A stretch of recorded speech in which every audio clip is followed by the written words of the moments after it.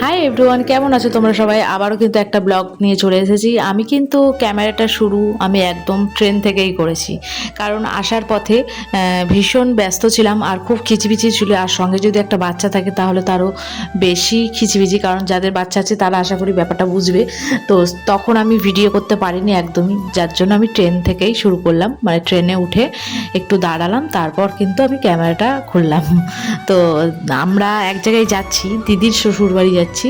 তো দেখে বুঝতে পারছো আমরা ট্রেনে উঠে পড়েছি। আমি আজকে কোথায় যাব, কোথায় নামবো না নামবো প্রত্যেকটা ক্লিপ তোমাদের সামনে শেয়ার করব।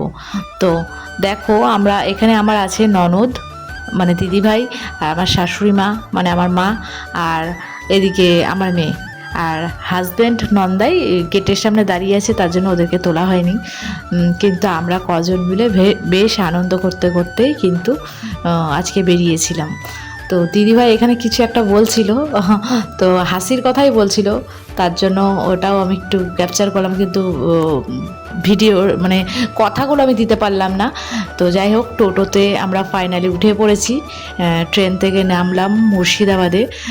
মুর্শিদাবাদ থেকে আবার টোটো ধরলাম, টোটো ধরে সদরঘাট। সদরঘাট থেকে এই যে এটা হচ্ছে সদরঘাট, গঙ্গাটা পার হয়ে তারপরে আবার টোটো ধরতে হবে, তারপর দিদির বাড়ি। তো যাই হোক, আমি দিদির বাড়ি এর আগে গিয়েছি যখন দিদির পুরনো বাড়ি ছিল। এখন নতুন বাড়ি করার পর আমি দিদির শ্বশুর বাড়ি যাইনি, আজকে ফার্স্ট টাইম যাব। তো যদিও একটা কাজেই যাচ্ছি, তো সেই উদ্দেশ্য নিয়েই ভিডিওটা করছি। মানে যেতে গিয়ে ভাবলাম তোমাদের সামনে শেয়ার করি, একটা মিনি ব্লগ করি। তো এতে বুঝতেই পারছো, এই দেখো আমরা কিন্তু নৌকাতে উঠে পড়েছি। ওঠার সময় ভীষণ ভয় লাগছিল, কারণ এই নিচের যে বাতাগুলো ছিল না, ওগুলো একটু একটু নড়বড়ে নড়বড়ে ছিল। আর নৌকা এমনিতেই আমার একটু ভয় লাগে, মানে যেহেতু সাঁতার জানি না, আর সাঁতার জানলেও আমার মনে হয় ভয়টা জলে, গঙ্গা সমুদ্র অনেকেই পাই, তো আমি তো খুবই পাই, কারণ আমি সাঁতার তার মধ্যে জানিও না। আর জলটা আমার ভয় লাগে, কেন জানি না, এক একজনের এক এক রকম।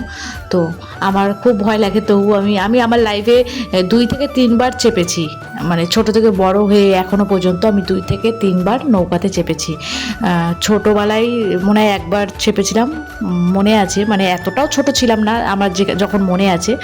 তো যদিও আমাদের কোনো রিলেটিভ না, মানে আমাদের আমরা যেই বাড়িতে ভাড়া থাকতাম সেই বাড়ির আর কি বাপের বাড়ি ছিল, সেই বাড়িওয়ালার বাপের বাড়ি ছিল গঙ্গার ওপারে। তো ওই দিদার সাথে আমি গিয়েছিলাম, তখন আমি ক্লাস 7-8-এ পড়ি, এরকম একটা বয়সে গিয়েছিলাম, সেটা আমার মনে আছে।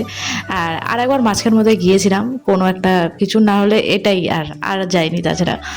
তো যেখানে যাচ্ছি সেটা একটু গ্রাম, মানে গ্রাম্য পরিবেশ, খুব সুন্দর। রাস্তা দিয়ে যাচ্ছিলাম, ভিডিওগুলো করলাম, অনেক রকমের গাছ, আর বিশেষ করে আম লিচু প্রচণ্ড প্রচণ্ড, মানে এক একটা গাছ দেখছি গাছে পাতা কম কিন্তু প্রচুর আম, দেখতে এত ভালো লাগছে। তো যাই হোক, গাছগুলো আমি জুম করে নিতে পারিনি ঠিকই, কিন্তু ভালো লাগছিল, ভালো, খুব সুন্দর উপভোগ করেছি। লিচু গাছ, লিচুগুলো ঝুলে ঝুলে আছে, কি সুন্দর লাগছে দেখতে।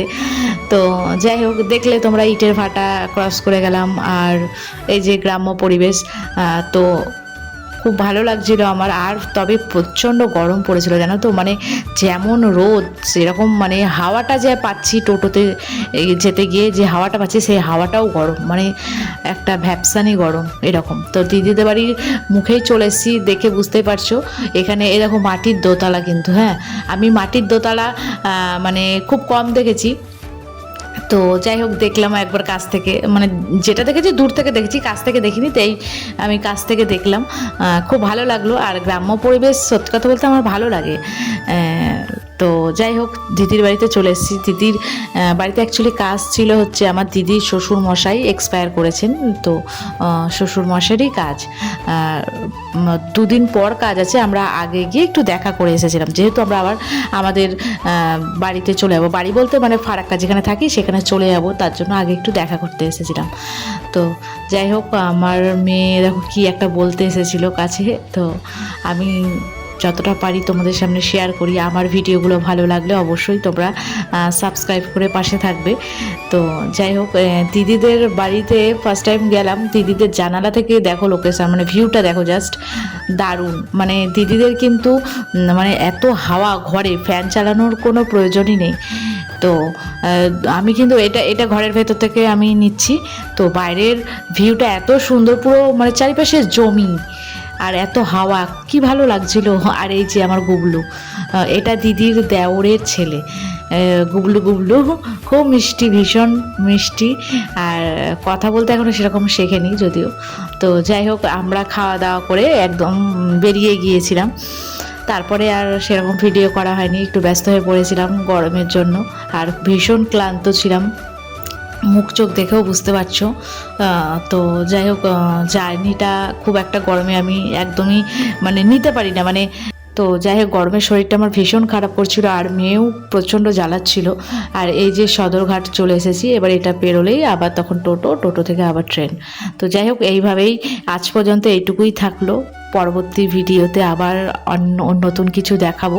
দেখো, আমি কোথাও গেলেই তোমাদের সামনে সেই ভিডিও ফুটেজগুলো আমি তোমাদের সামনে শেয়ার করি, কারণ আমি অনেক আশা প্রত্যাশা নিয়েই শেয়ার করি। তো আমি চাইবো তোমরা আমার পাশে থেকো।